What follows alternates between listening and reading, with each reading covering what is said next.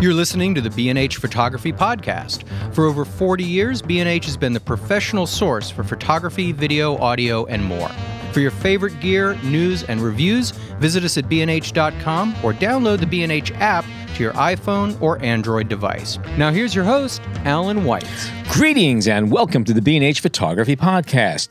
There's been much buzz about cryptocurrencies, blockchain, and distributed ledger technologies as of late, but this has become a photography topic about 2 months ago when news that KODAK and WENN Digital had partnered to launch KODAKOne, an image rights management platform, and KODAKCoin, a photo-centric cryptocurrency designed, and I'm quoting, to empower photographers and agencies to take greater control in image rights management.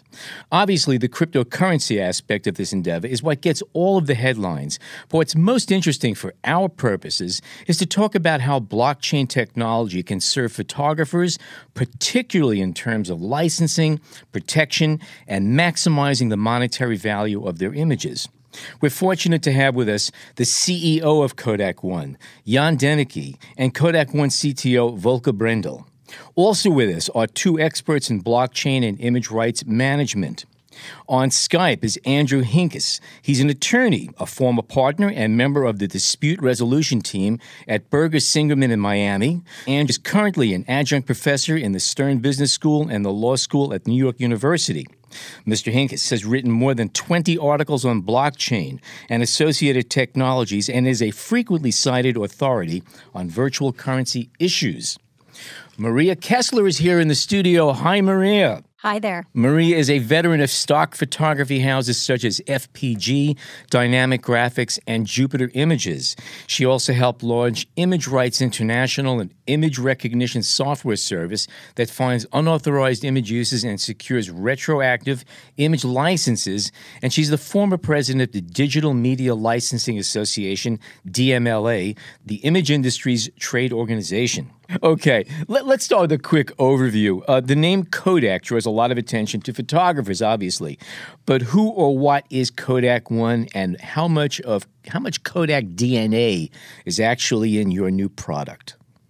That's a very good question. So basically, WENN Digital created the KODAKOne platform together with Kodak. Kodak gave us obviously the license for the KODAKOne platform and is also a small shareholder of the Kodak of the WENN Digital company.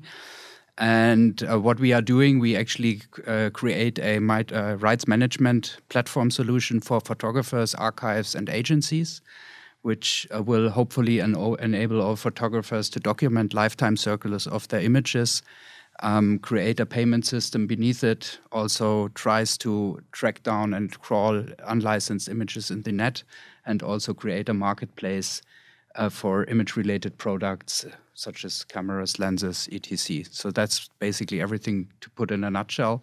So I'm happy to go deeper into all the single products. Can you, well, just to stay on this topic a bit, can you tell us a bit about WENN Digital and the history there and how this venture came to be? It's WENN.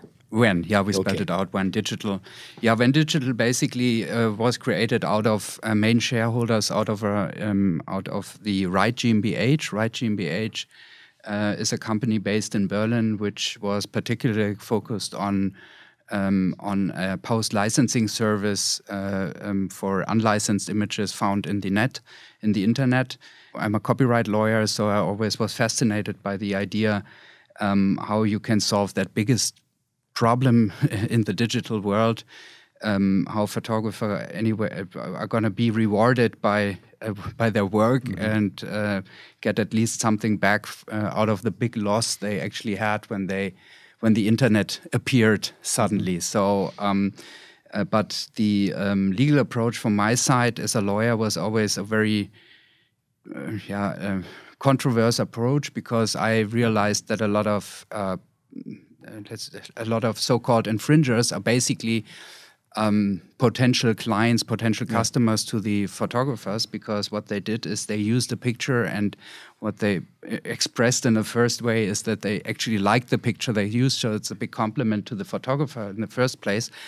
And I think I realized also that the problem, or why people were infringing was not only, I mean, they knew that they're doing something wrong, but on the other hand, I had the feeling that they actually don't know where they get the license from. So basically, if you look up an image in the internet, you Google, you find something, and then you like it, and then you want to use exact that image on your you want to use exactly that image. So it's very difficult then to figure out for a person who doesn't know the market, where do I get a license from that one? So we basically flipped it the other way around and tried to act at Right as a company where we offer real licensing, so post-licensing for the former usage, but also offer them a kind of upsale moment for the future license. Did you seek out Kodak, or did Kodak approach you because they had a certain similar plan in mind? No, basically we seeked out Kodak because we then came up with the idea to implement the blockchain technology, basically to create an immutable database where everybody knows who has what kind of license and where did a picture go to put it in very simple words. And we figured out that the idea is such a great idea, where we would love to join up with a big partner and a big name. And as we also don't see ourselves as an agency, and we don't wanna frighten away, let's put it that way, agencies as considered as a competitor. We figured out that a name like Kodak is a perfect brand for us because it's like a well-trusted name in the photography business. It's a standard. It's an icon.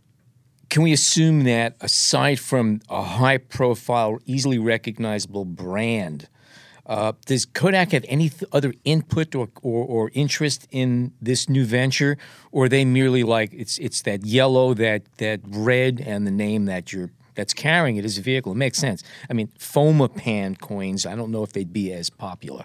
I mean, I must say that Kodak obviously has an interest in what we are doing. They are very interested in the technology we pitched to them, and we grew together, let's put it that way, over the last month when we were working. We came up with new ideas. We basically together support each other as really good partners in that topic. And Kodak has huge resources and networks where we can get the best out of it.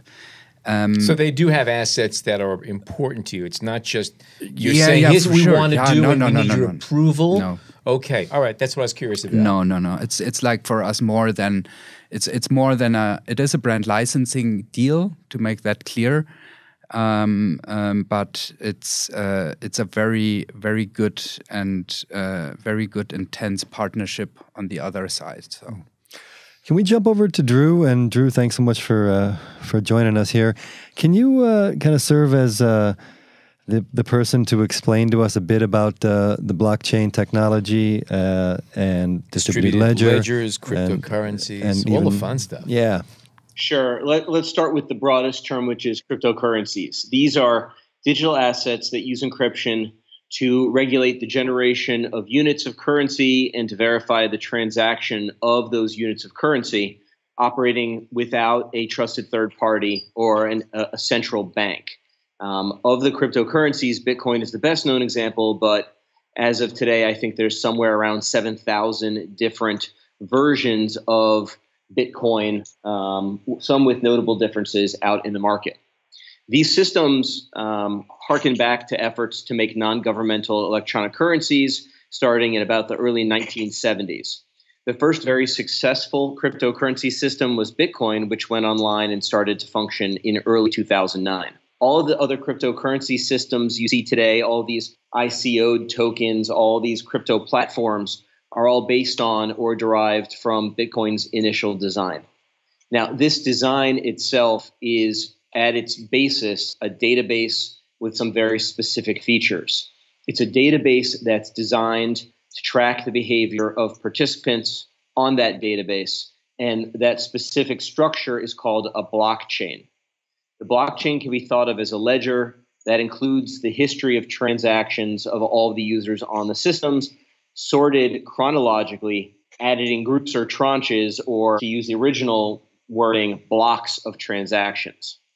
Now, in the original Bitcoin blockchain, there was a highly complex process of adding new blocks of transactions that required computers to use a resource-intensive process to verify that the new transactions obeyed all prior transactions. So in a sense, it chains together new blocks of transactions by referring to prior blocks of transactions. Thus, it's a chain of blocks, or what we now know as a blockchain. Now, the Bitcoin blockchain specifically includes a system that makes it difficult to add new transactions, and that system is called proof of work. It's very technical, but the basic idea is that it should be expensive from a time and a resource perspective to add new transactions so that it becomes more difficult to retroactively falsify them or change them in the future. This results in an arms race to find faster and stronger computers to do this work, and it creates some of the concerns about power consumption that you might have heard about in the media. But getting back to the point here, blockchains at their core allow there to be multiple writers to the database. Those writers don't have to be trusted, meaning they don't have to be preemptively credentialed, and it allows the system to store multiple copies of that history, that blockchain, in multiple places. And the proof of work is what's called a consensus mechanism, or the ability for the system to verify new transactions. Now, others have tried to find other consensus mechanisms that aren't as resource intensive, but most of those other methods are pretty much experimental at this point. Finally, you've got this umbrella term called digital ledger technology, and that is kind of the broadest base term for the technologies derived from the original Bitcoin blockchain. What I described with the proof of work means of adding new transactions is what's generally called a public blockchain, where anybody can participate if they download the software. There are also another subgenre of digital ledger technology is the private or permissioned ledgers, which typically require somebody to get permission from another person to access them, and which typically do not use proof of work to add transactions. When you hear about an enterprise blockchain or a private blockchain, that's usually what you're hearing being marketed. Without the proof of work consensus mechanism, you lose and I'll use this with air quotes, the immutability of transactions, meaning the difficulty to go back and retroactively overwrite them. So a lot of folks like me believe that digital ledger technology in a private or permission blockchain is usually nothing more than a database with a bunch of features that slows it down. So as you can tell, this is complicated, and the term blockchain doesn't necessarily describe adequately what the system is going to do. There is no industry-wide consensus as to what the term blockchain or the term smart contract that we'll probably talk about later means. But suffice it to say, most of the time you hear somebody talking about a blockchain, it's either a public system that tracks the transactions of some item of value from participant to participant, or a private database of some sort.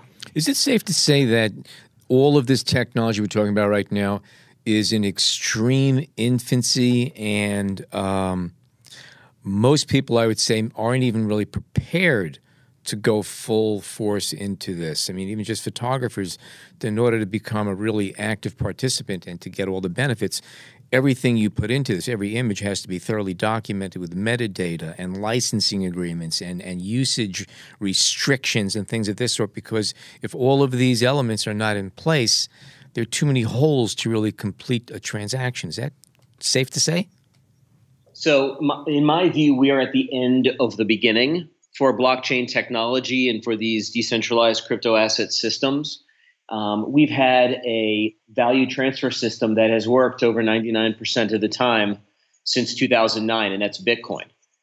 So we know that there is a model out there of this technology that works. There are obviously some challenges in taking what is a relatively simple system and creating the nuance and the depth and the extensibility to track all of the different information that you just mentioned. But there are a couple reasonably well-developed tools, including document notarization, which allows you to take a piece of data, reduce it to a complex string of numbers and letters called a hash value, and store that on a blockchain so that you have proof that a certain document that can be mapped back to that hash existed at a given time and date. You've got that as a tool. And then you've got smart contracts, which I believe are about 40% baked at this point. And you combine those technologies with some to-be-developed storage technology, and you may reasonably soon be at a place where you have systems that can handle the extent of the data that you just kind of recited. So you talked about the immutability of blockchain being tied to that it gets progressively harder and harder to verify or to mine.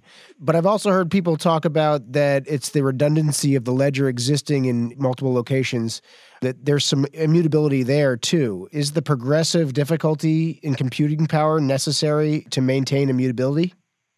So the progressive increasing difficulty in computing power is related to a desire to have blocks be added at regular intervals. A block of transactions being added is the equivalent of a transfer of value going through in the common parlance. So what the desire to keep the difficulty level by making it harder to add new blocks as more processing power comes online is an effort to keep the block interval at around 9.5 to 10 minutes per block. The immutability comes from a few different places, including the difficulty of attempting to force through invalid transactions, and which then leads to the difficulty of trying to retroactively overwrite transactions. Part of that system is the fact that you would have to convince all of the miners and node operators, which are fundamentally people who keep a copy of the ledger, that your version of the truth is more true than somebody else's version of the truth. Essentially, you could have a rogue actor that summons enough processing power that they're able to introduce transactions that are not true, except that they have enough power to force them upon everybody else. I don't want to get too technical, but suffice it to say, the distributed character of the ledger helps in the immutability, but the protection against what they call double spending or falsifying records comes from the proof of work consensus mechanism. So the difficulty is important. Absolutely. Gotcha. I want to jump over to Maria. What of the current system of image rights management can be addressed by this system? Let me just start by going back, and let's do it from the perspective of a photographer. Less than 20 years ago, a photographer was dropping off submissions, and we were looking at them on slides on a light table. We are in the era of acceleration. Today, anyone with a smartphone can be a photographer. We have whole movies being shot on a smartphone. Also, photographers, we talked about all the work that needs to be done to have the information on the ledger. They're doing it already. Photographers used to drop off their submission, but now they're keywording, they're editing, they're attaching their model releases, their sensitive subject releases. They have to meet standards just to get accepted by different companies. So they're doing more work. And then in addition to that, there's this proliferation and this shift into digital is making it harder because there's more out there and the pricing models have decreased. Mm-hmm. So they're doing a ton more work for less money. So is there hope then with this system that photographer will be paid more somehow? It's my hope that there will be. There are a few things that are out there. The whole post-licensing issue. What has happened is in this age of acceleration, technology has moved beyond the photographer and beyond our own copyright laws. And that's why we have these post-licensing solutions. Because there's been a proliferation. People didn't know that they had to license the image. It was on the internet, so it was free. So, you downloaded an image. It didn't have any information. How are you to know that you were supposed to get a license? Which gets back to Jan's point, of course. Absolutely. Yeah. And that's how this all proliferated. Mm-hmm. And now we're at a time where we need this. So what blockchain promises or what it, can offer is this immutable record. It's this provenance. It's this born on date, this DNA that should travel with the image itself. And with that, it unlocks a lot of these wonderful capabilities. If the born-on date or the DNA travels with the image, then you have no question as to who is the owner. Then it can be multiplied several different times, and you still have no question as to who the owner is. You can put an image out there, and you can crawl for it, and you can match it, but then you have to find out whether or not a license exists. And that can take a couple of days because you have to go to 5 different agencies, because maybe they licensed their image or they had their image represented through different agencies, and that takes a lot of time. And so it's a false positive at times. I mean, so there are solutions in place that have tried to catch up to this, but the technology adds so much more. You also have the promise of being paid more frequently, or at least in a timely manner. More timely. You mentioned one thing about licensing agreements and all that stuff. Right, you've been involved in stock photography for quite some time. You're familiar with photographers and their working ways. What percentage of the images that the average stockhouse gets, good stockhouses, have all of this information already there? I mean, and how much of this goes out without this licensing? They have the information. They require it. It is required. Absolutely. Okay, so you can't do anything without that in stock. That's exactly right. Okay, but this would also have to be standardized, and obviously should be included to go back and forth. Sure. Okay. Volker. Hi, Volker. Welcome to the party. From what we understand, KODAKOne is intending to kind of offer from soup to nuts, from the beginning to the end, the whole aspect of what a photographer would need to do or have done to protect and sell their images. Is this true? And that's explain? right. Yeah. So the idea was that we built up a platform that is an end-to-end solution with a lot of different beneficial steps in between. And the idea was that we try to build up a platform that is always a kind of enrichment system, so that the value goes up for any kind of content that's touching the platform from step by step. So can I just read off those steps, what they are? Sure. These are the components of KODAKOne, the official ones.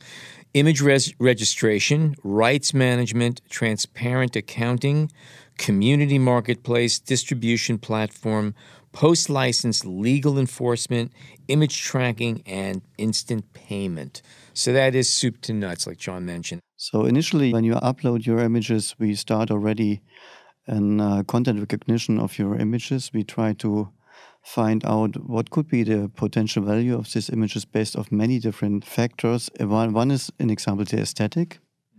So that you say, you can type in for which kind of purpose you like to offer these images in the platform. We can tell you what's about similar images in the past, and we can predict some value. On top, we have these knowledge about the infringement value of an image.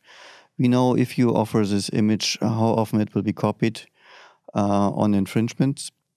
And we can say normally we are able to give this portion of money back based on post-licensing cases.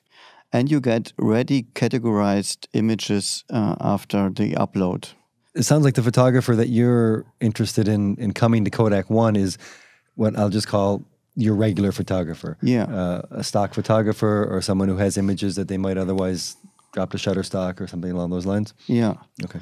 And that's important, because if you see that has nothing to do with the blockchain, but if these photos are touching the blockchain, then they are immutable, they are in. So you should decide before if you really like to do it, because that's more or less that's your profile. And how much would the regular photographer then be required to? How much added work would a photographer need to do in order to enter their image into the blockchain? So initially, it is really an easy task for just uploading this image, and maybe you are able to classify.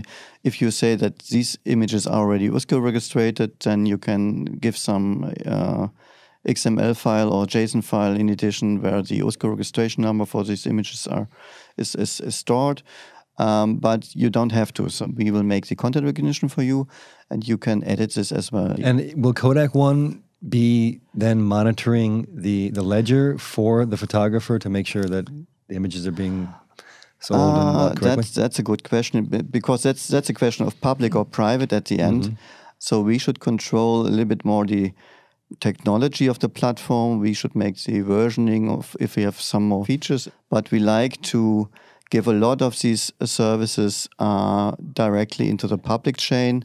I just wanted to comment on one thing. You'd asked Volker a little bit earlier, what's needed really for adoption and going forward. If we ask photographers to do more, we're not going to get adoption. Oh, yeah. So that's, very important. They're already doing the work. So we need to make this simple. Yeah, I was asking what the incentive is to get people to come in and join up with you. I mean, what are you dangling in front of them? Aside from the fact, promise of more efficiency and more money. Yeah, so at the end, the system should bring up a complete different stage of transparency in the whole world for the photographers. So it's an ecosystem. So you have to bring something in and you get something out. But in addition, you will be rewarded after you decide that you will bring photos into the blockchain, into the KODAKOne platform. Then you will get some upfront payment as percentage of the real value. And for any kind of action he will do to improve the quality of the KODAKOne platform, he will be rewarded in cryptocurrency or in KODAKCoin at the end. So I think... I was just going to say, for the photographer, that transparency is critical. And if you promise additional royalties or payments, additional revenue, if that's the value, that's huge, because there's little transparency currently. I think what is also we are just looking right now at the rewarding, but we should also look at the photo as an asset. That's how we have a look at it. The photo is the worst, not what you're getting for. That's basically this is the license if you're going to sell it. But first of all, you have to see your photo as a real asset. So what do you have to make this asset more worth?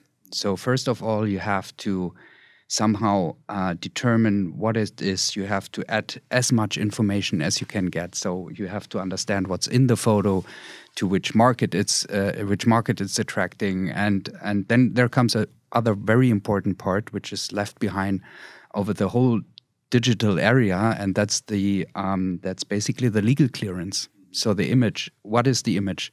Do I have the right of that image? So we all know that an image contains different kind of rights, for example, property rights, personality rights, brands, and whatsoever. They all can implement it in a photo. So especially when I'm looking at the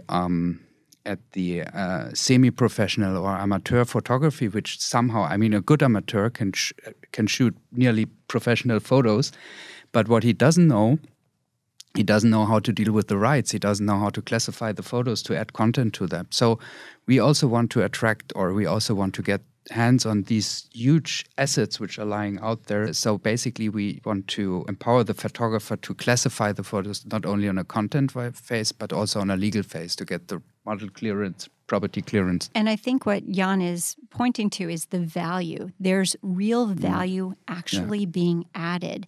And I would say not only the photographer has to be involved with adding that value on the front end, but we have to educate the buyer as well. And it's the agencies or the marketplaces that really have to say, look, this is valuable. And this gives you peace of mind. This gives you trust. Look, an ad campaign of any size is going to cost a lot of money. It's like buying a used car. Would you buy a used car without knowing where it's been? Absolutely not. You want to get your Carfax. You want to get the information on this. And the buyer has peace of mind that they're not going to be sued, that they're not going to have some other person come and say, hey, that's me. You weren't allowed to use my picture. Is there some kind of infrastructure that needs to be in place throughout the internet that isn't currently for this to really work? Let's say someone buys a picture, but then they make a copy of it. and then they upload it to Instagram. Instagram doesn't have any image recognition software in place. How would you guys know that that's happening? Instagram is a good sample because what we are doing in the platform as well, that we are talking to Facebook, Instagram, Twitter, and some others, that they can use our blockchain directly. And that's one reason for the public blockchain part, to identify directly the fingerprint in the blockchain to check out if it is in or not. So they can easily, in milliseconds, check out if the fingerprint of this information or a similarity to this fingerprint, because it's a feature vector, so it's more the content description of the image rather than the hash. And they can check this on their site. So is that just in terms of metadata, or is that in terms of... that's the real content of the image. Gotcha. Yeah, yep. And that's what we have currently in our back already. So we are doing this day by day for millions of websites, what we're crawling in. So at the end, we will find this image anyhow. But if the platforms have the choice and the possibility to check against the blockchain and against the KODAKOne platform, there should be no reason why they don't do it, because it's nothing about costs and right. so. Right. But it will take the compliance, or at least the interest in complying from these platforms to reach out to you in this sense and say, okay, is this photo legit? Okay. Mm-hmm. But Maria, kind of what you were getting at seems to me is reversing 10 or 15 years of the way we look at images, because in general, the way we've been looking at them is that their value is not there. There's not a financial value to them. So we need to reverse this train of thought, understand the value of the images. And is there something about the blockchain that will bring this about? Yes. I mean, absolutely. It's the authenticity and the fact that you can verify it. Mm-hmm. The client wants to know that they can control the image, whether that's for a period of time or for their campaign or for, they want to be able to control the image because they want to be able to control all aspects of their campaign. Giving them peace of mind to do that is critical. And that's what the blockchain authentication born on DNA is all about. Okay, we're going to take a short break. When we come back, we're going to talk more about blockchain and all of the issues that go along with it. Stay tuned.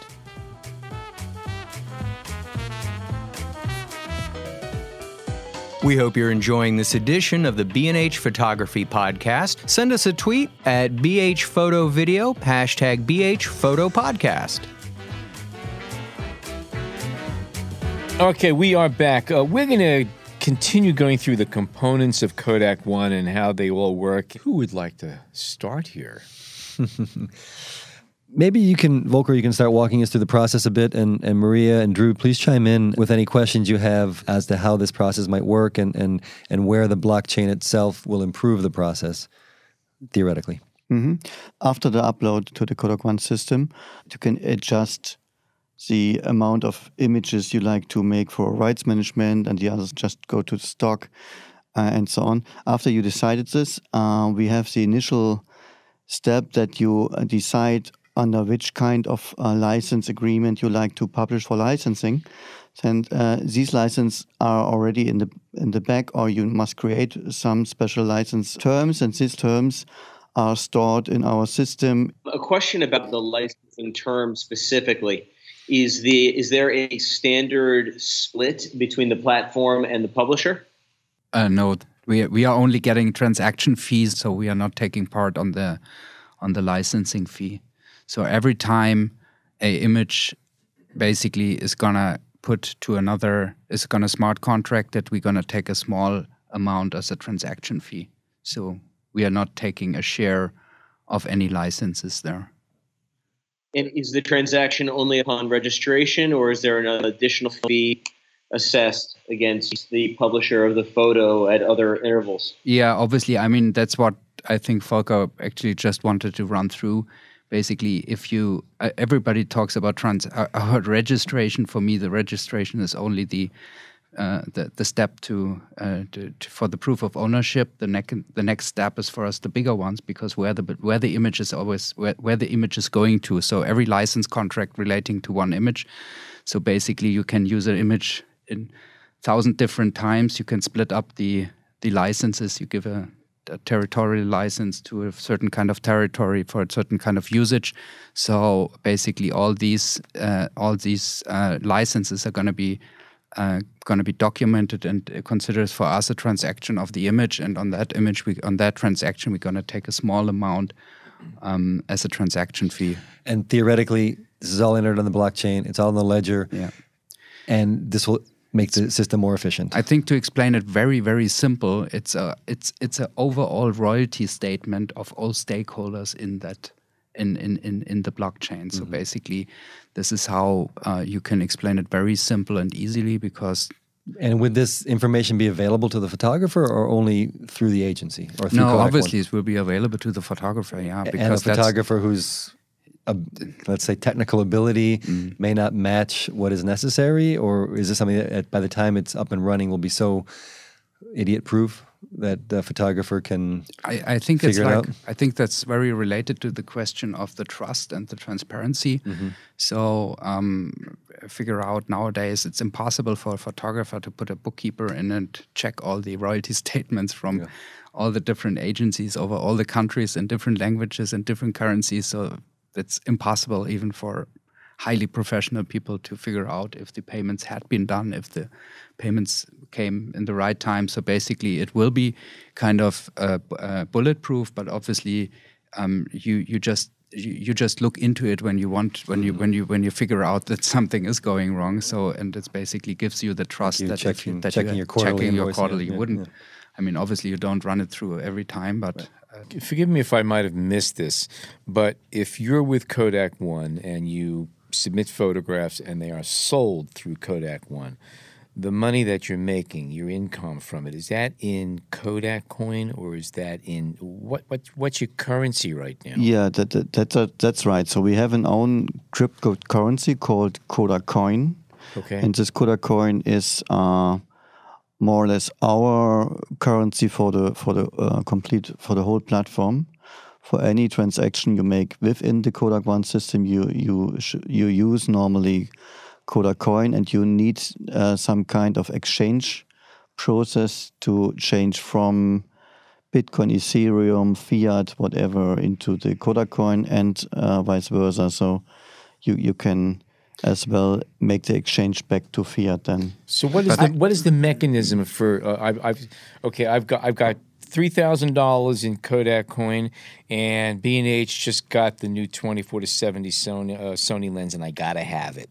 How do I convert my KODAKOne assets to something I can give to B&H and get my lens?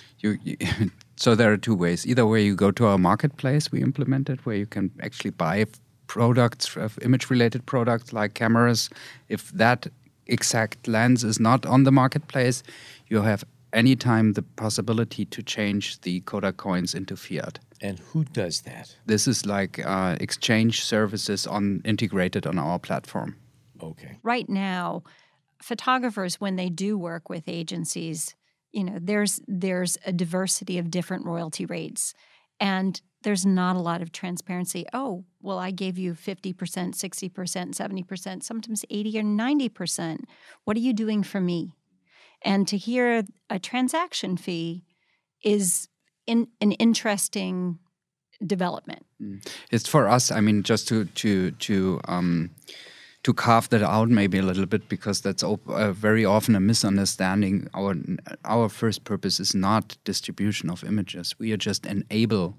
I mean, we call ourselves not an agency, we're an enabler. We basically give agencies, photographers, archives the possibility to create a royalty statements and put a payment system beneath it. We are giving them the vehicle to make all these transactions much more efficient and much more transparent and trustworthy.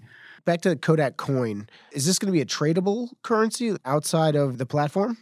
It's going to be tradable, but let me say a few sentences to the KODAKCoin. As we all know, right now it's a everything related to cryptocurrencies is international scene, a very unexplored waters we are basically sailing in. We like the SEC here is considering every token as a security tokens, which has high impacts on how do you see it as tax? Is it a tax event changing the coin, and so on and so on. So basically, yes, it's tradable. Where it's going to be tradable, I can't tell you now. I can just give you. Cryptocurrency is not known for, it's known for its volatility at this time. If I sell a photo today and I get one Kodak coin that's worth, let's say $1, what's that Kodak coin going to be worth tomorrow? Is it going to be worth $1? Is it going to be worth 50 cents? Is that a problem? Is maybe tethering Kodak coin to the dollar? Is that in the cards? I think obviously the worth of the Kodak coin depends on the demand of the Kodak coin, and if it's tradable, obviously, if you have a bigger demand than the amount of the Kodak coin, if you have a cap on the amount of coins, then will raise, definitely. I agree on that one. But let me say just one thing. It's always like it's a question that is somehow in the dog fight between the product guys and the investors. So, and we are we are totally from the product side. We love our product, we love the platform, and our token should be only seen as a utility token. The problem is that... Why not tether it to the dollar then? Why not just tether it to the US dollar? That's, I think, to fix it to a real currency brings also problems with it, because the community somehow, you have to see you're dealing with two kind of communities. So you're dealing with the blockchain community, cryptocurrency community, and on the other side with the photographer community. And I think you have to align both. Can I get Drew in here really quick? Yeah, jump in. Sure. Suffice to say, there are a lot of both federal and state level regulators that are looking closely at this area. Internationally, the rules are different. These gentlemen alluded to that in the United States, the concept of a utility token does not really exempt a sold token from being considered a security. And just for the record, I'm grossly overgeneralizing for the sake of discussion. In Switzerland, they recognize something called the utility token as being distinct from a security. And in the state of Wyoming, they also recognize the utility token from being distinct from being a security. But Wyoming? Yes. It's beautiful there. It's a lovely place. But the Wyoming law is mostly, the Wyoming law is somewhat symbolic in a sense that securities are sold across state lines and use interstate wires. So their law is not going to ever trump a security offering with respect to the federal regulator's ability to decide what the rules are there. But suffice to say, there are a number of laws that we can get into a little bit later in the segment, perhaps, that govern how these instruments and how the sale of these instruments are addressed by the law. As to, I think, Jason's comment with respect to the token being pegged to a dollar, stable coins, which is the genre of pegged tokens in the industry, are exceptionally difficult to make work. Most of them have failed within 72 hours of being launched, and the only ones that have persisted beyond that are consistently dogged with rumors that they are undercapitalized, that they are fraudulent, and there are some really significant problems with trying to make sure that they retain their peg. So floating currency values are almost entirely impossible. They're almost inevitable in this area. But it does create sort of a complexity in that if you're used to being paid in US dollars and then you're paid in this, much more volatile asset, what are your options? Well, you can try to exchange them for US dollars, and then you're taking on volatility risk. You can stay within the marketplace where presumably there will be other vendors that are willing to accept the tokens in lieu of US dollars for goods and services. But I would expect, and the gentleman in studio can probably answer this question for me, I would expect that those prices would also float along with the value. So my question for the gentleman from KODAKOne is, are there vendors that are already signed up to be in the marketplace, or is this something that is just being planned down the line? And what would stop somebody from going on an exchange, purchasing tokens, and buying items from the marketplace as an arbitrage against the regular markets? First of all, no, there are no vendors because we don't have the marketplace up and running now. But obviously, we are already, our biz dev departments are basically already talking to kind of a few, and we have a lot of interest and requests of photo-related big companies coming on the marketplace. But our approach is a professional approach into direction of the photographers. But obviously, we don't want to lock ourselves out from the whole, from the other world. So there will be kind of mechanism where we say, yes, if you have a KODAKCoin, you can basically purchase things on or services or products on the marketplace. But how they will be set up exactly, I can't tell now. So. You guys had initially planned an ICO, and that's on. Correct me if I'm wrong, but that's on hold for now. And is that partly due to the fact that it's a much more complicated issue, or you're waiting for regulations to get set up, or is there something that you can explain about that aspect of what was going on? Again, this gets back to the fact that such a big splash came when the news came out. And we're just trying to gather as much information as possible. Okay. Yeah. No, I'm happy to explain that because I'm often asked that question. And Drew, actually, I think he's so deep in the legal stuff as well. He can correct me if I'm wrong, but I think he sees it the same way I see it. So first of all, I think we decided from the very first beginning that we're going to do a regulated ICO. And a regulated ICO in the US is something completely different. First of all, you have to run through a lot of legal topics because, I mean, that was the decision when we made that was 4 months ago. And 4 months ago is like 10 years in that time, especially when it comes to the regulation authorities. They changed their minds like so quick. The question when we basically said like we're going to launch it, that was for us the moment where we basically started to set up the process for the investors, because we are right now for that ICO only, we filed a Reg D. That means we are only taking accredited investors or qualified purchasers in, and they have to be identified through different kind of measures. You have to deal with broker dealers in the system. You have to, anyway, it's a huge thing. You have to be compliant, and you always have to have a very close look on how the SEC or CorpFin are going to see and are going to identify the token you're basically issuing. And we consider our token as a utility token, but treat it like a security token. And that's the way how we want to discuss it, so that we're going to keep up all options, later options which might come, because now as Drew said, now the perspective of the SEC on the tokens is every token is a security token. There is no utility token. But we don't know what might come in the future. Are you finding yourself talking a lot more about cryptocurrency than you would like, and prefer to be talking about a system that will enable photographers to get to? Okay. I must say, I mean, as Volker already said, like we have, I mean, the blockchain and cryptocurrency is a buzzword. We already said it, but what I don't like so much about it is that all these other beautiful technologies or features we basically developing are nobody's really talking about them, but they are really. Let's talk about why marry the two then? Why not just have a system that basically polices digital rights, and then have people, Because we have the instant payment system, and that's directly related to cryptocurrency. So basically, we need the cryptocurrency. The cryptocurrency is an imminent. The KODAKCoin is an imminent part of the whole system, which makes it. That couldn't work with USD. So let me just explain why the instant payment system is very important. So right now, if I license my images through a marketplace or through an agency, I have to wait maybe 45 days. Maybe 2 months, maybe 6 months for my image royalty to come to me.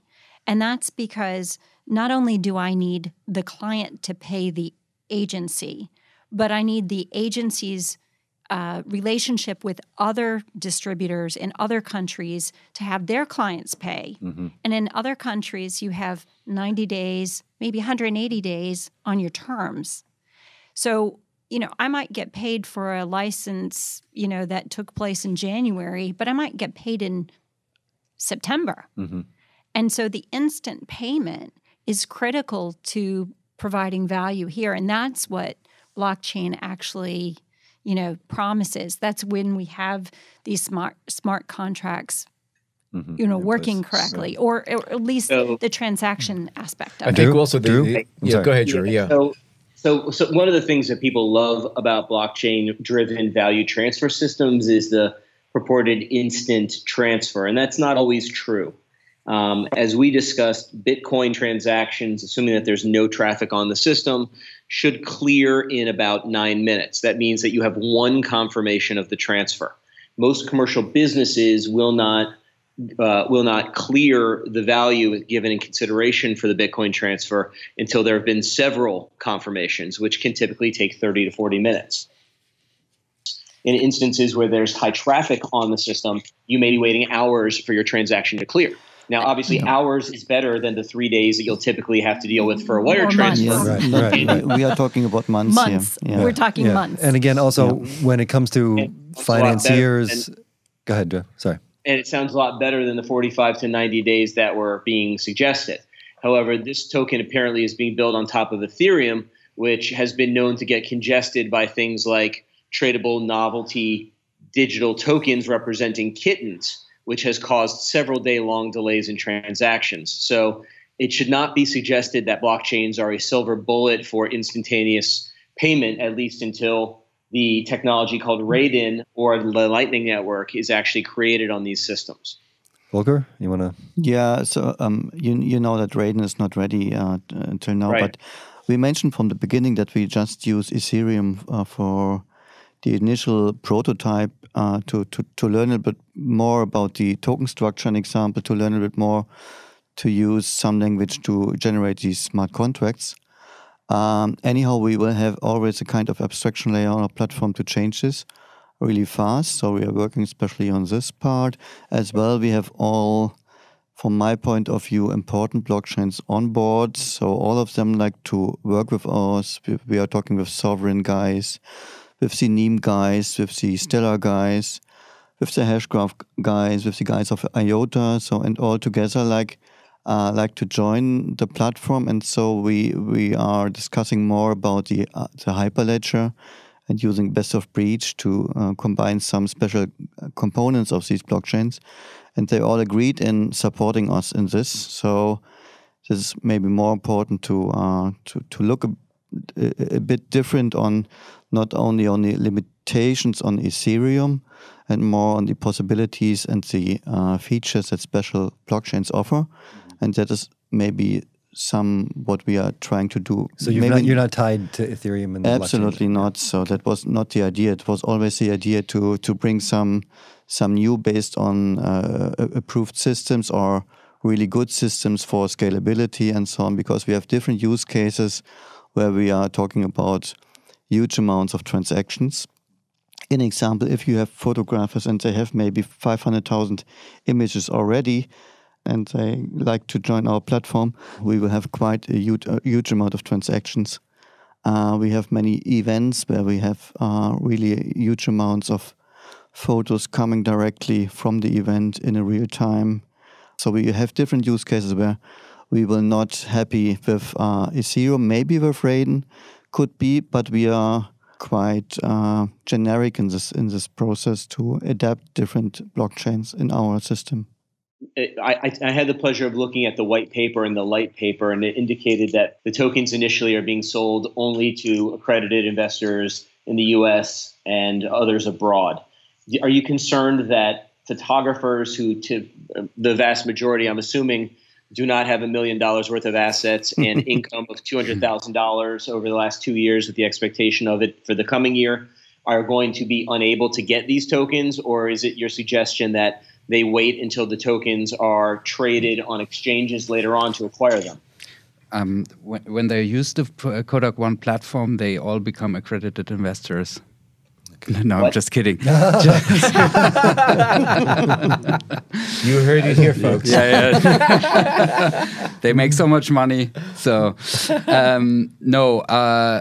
totally correct. I mentioned that in the beginning. We filed a Reg D, and that only goes to accredited investors. So our plans are obviously we have to fuel the community with tokens as well. So we are planning That depends a little bit on this on the opinion of the SEC in the next future months. But if it sticks to the securities, then we will go the direction to a Reg A plus or file or a S1. When is that decision going to be made, as far as you're aware? That's a very good question, but I really can't tell you because that changes actually from it depends on different various factors. We plan it for the end of summer, but I can't assure if that works.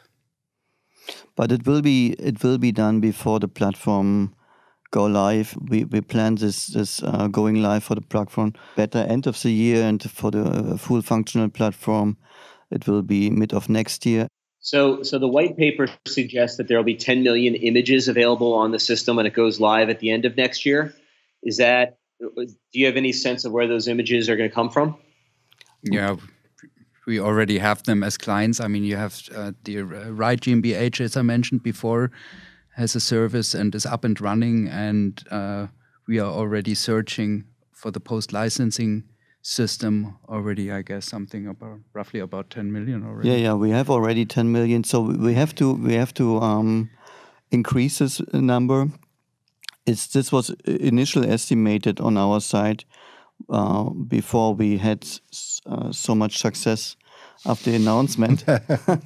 Double-edged sword, maybe. But this will not. So we have already this scale-out architecture in our backend as well, the distributed ledger. So this will not be the limitation. So we are more than happy to have much more when we like to start. And currently we have 10 million nearby. Okay. Yeah. Maybe going away from KODAKOne for a second to the blockchain and the distributed ledger and photographers, and maybe Marie and Drew, you can chime in. Is this what we will be seeing in the future without a doubt? And does it solve, do you think, as you understand it now, does it solve the problems of photographers in the sense of protecting their images, being able to trace their images, and getting the payments that they deserve? It solves some of the problems. Mm-hmm. It solves, absolutely. So it solves orphan works, and orphan works are those images that become detached from their metadata. That is solved. If they're uploaded and they're part of the blockchain, that's absolutely solved. It absolutely solves conflicts of uses between licenses. So if you do a smart contract and then someone else wants to license it the very next day or the next hour, there's not going to be a conflict because it says, no, you can't. So that's solved. And then tracking where it is also solved.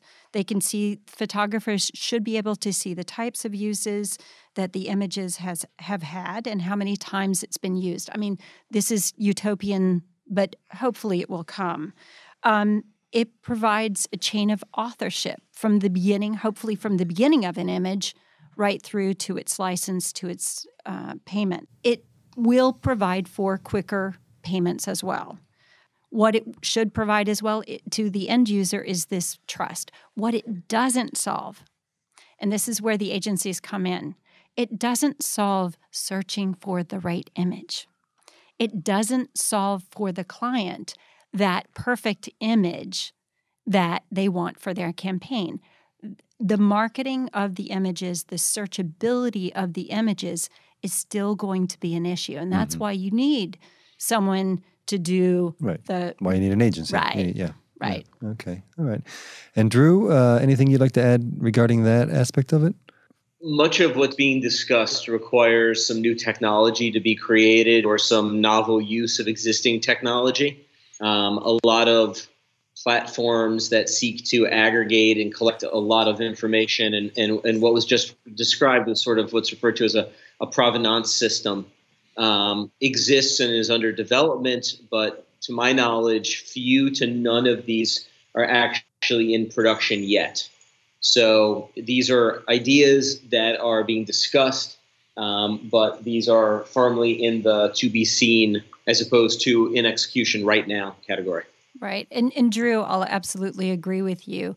We definitely need to coordinate between, just like in the music industry, they have to coordinate between their different registries.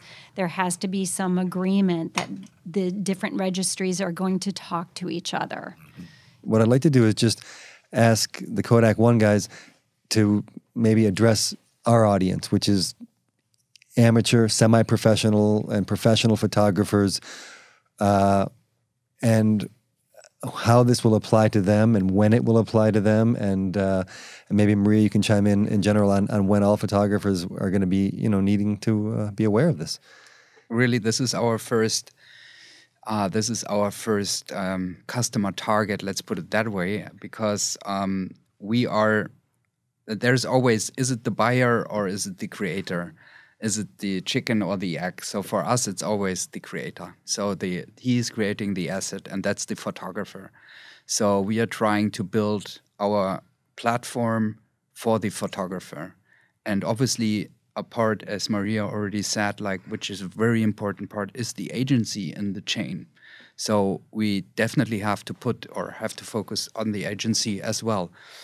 What we don't like so much are monopoles on agencies. So basically we have a target on, or we would love to enable and to give something back to the photographers and the mid-size agencies, let's put it that way, because I think what we can solve, or hopefully will solve, is we take away a big headache from them. And that's back to simplify that everything. I mean, we talked a lot about technology here, but it's a simplified accounting system with a transparency where everybody sees what he's getting, and finally he gets the money. Because, I mean, not on purpose, in that waterfall licensing royalty system, their money is just floating wherever, and it's not on purpose. You can't blame anybody for it. It's just because it's complicated. Different languages, different currencies. And these things we want to try to give back to the photographer. And one last thing, I just want to make an example, because my background, before I was dealing with the image industry, I was lots dealing with the music industry. And what I saw in the music industry, and what I thought to myself, which is not existing in the image industry, and that's actually kind of strange. If an A&R is going out there and he is hearing a good song, he is going to them and says okay, you are good. That's a great song you are playing there. I'm gonna finance you the song. I'm gonna pay you up front here $20,000. Now you go to the studio and you play it and you have your headache free. So basically, these upfront license payments, this is something what we actually, when we create the value or enhance the archives or the pictures with more worth, we basically want to come to that moment where basically agencies or whoever is going to come and say okay, I value that picture and I give you upfront already something in your pocket so that you can concentrate on your work again. And I think that's actually possible, because the asset and the worth of the image has totally forgotten over the last years. Okay, did you hear that, everybody? KODAKOne is going to pay you a lot of money before you do anything. That's what I said, and become an accredited investor. in loose change, too. They're paying you in loose change. Yes. And what will our audience, our photographer, myself, photographers need to learn or need to do to their images to enter them into this platform? Anything? They shouldn't have to do anything. Theoretically, right? Yes. Yeah. I think they should learn to trust the platform. That they should learn a little bit.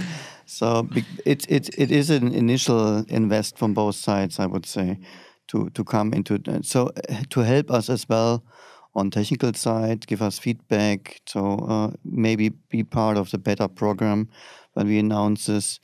Open up the channels on our website. So we are working on a chat in the website that it will become more visibility in, and we get some more inquiries from the photographers that we bring this into the platform. That's very important. So membership, partnership, cooperation, collaboration starts not with the official launch of the platform. It starts now. So. And that official launch you kind of pegged for the mid next year? Yeah, that is our strong hope, that we finished all of these different major tasks, having all vendors in place that are important, and having a stable system for the unlimited users. Yeah. And I would just add that for the long-term viability, I mean, absolutely, the creators are important here. And, having provenance, authenticity and that chain of ownership is absolutely important. But for the long-term viability, we have to see that the publishers and the agencies and the Facebooks and the Googles and the Instagrams understand the value that this brings, that authority, that trust, that this is a copyrighted registered. It doesn't necessarily need to be copyrighted. This is a registered image owned by, so-and-so, and that, we can track that, ownership, and that it has the model releases, or it has the sensitive subject release attached to it. It has all the metadata attached to it, and you have that, in the metadata. Okay. Drew, anything you want to add? I wanted to ask one other question of the KODAKOne gentleman, and it's about the platform, how it indicates that there would be post-license legal enforcement, and seems to suggest that there are legal partners who would be involved to bring suit for a unlicensed use of an image. Can you talk a little bit about what the platform is planning to do there? Yeah, of course. I actually wanted to talk with you after the podcast about that topic anyway. So, no, obviously, as I mentioned in the beginning, the post-licensing service is up and running already. So we are searching a lot of images. We have a lot of clients. And we basically split the post-licensing service in three kind of phases. The first phase is the real post-licensing phase, where we reach out to the potential client and tell him in a very friendly way that that our information, according to our information, he doesn't have a license, but he can acquire a license over us. And then if he buys a license, he gets the license and he can use the image further on for a certain kind of time. So basically, this is the way how we kind of filter out the real infringer from the potential client, because if somebody says like, no, I don't wanna, you go to hell, I don't, then for us it's an infringer on purpose, and then obviously we have an escalated mechanism in it, and it starts with a kind of debt collection. So it doesn't go directly to the lawyers, and then on a third step where we really say, okay, now this goes so far, which is fairly a very small percentage out of our experience. And we obviously working together with different kind of lawyers. We have a network in chosen countries so far. And this service will be then, in the next step, implemented in the KODAKOne platform. So basically, if you upload your picture, you can choose. It's not an obligement. You can choose if you want to use that service or not. Mm-hmm. And that's... And the fees will vary accordingly. Yeah. Right. Drew, quick question: are these smart contracts that would be engaged through KODAKOne or other agencies, are they all recognized legally in the United States and in other countries, or is that something that still needs to be determined?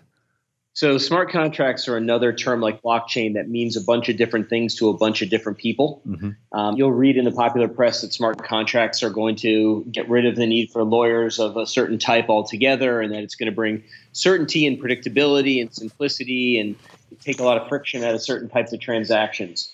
After taking a closer look, most lawyers who have looked at this agree that it's not going to work that way, because you are relying upon code to substitute for dispute resolution and execution of contracts. And it's very, very hard to make code versions of concepts that we have in the law, like reasonable behavior, business judgment, and equity. In fact, most people who have suggested that smart contracts replace conventional contracts now suggest that there be a memorandum of understanding that goes along with the smart contract that documents what the parties intended before committing their commercial relationship to a smart contract. So a contract before a contract. Right? And I would just say that, in photography, we have something called plus.org, which has a lot of the photographer associations and industry leaders have gotten together, and they absolutely have developed standards and a glossary and use cases that can be adopted for this. Okay. So, Drew, so you think that dispute resolution in the post-blockchain world will look pretty similar to the way it does now? Is that kind of what you're saying? Right. So there have also been a number of efforts to try to decentralize and put on the blockchain dispute resolution through arbitration systems. And the reality is that unless the arbitration is done just right, there will be two parties to a dispute. One will get a judgment in their favor or an arbitration award in their favor, and the other one will not. And the one who does not like the outcome will then go to court and attack the arbitration provision.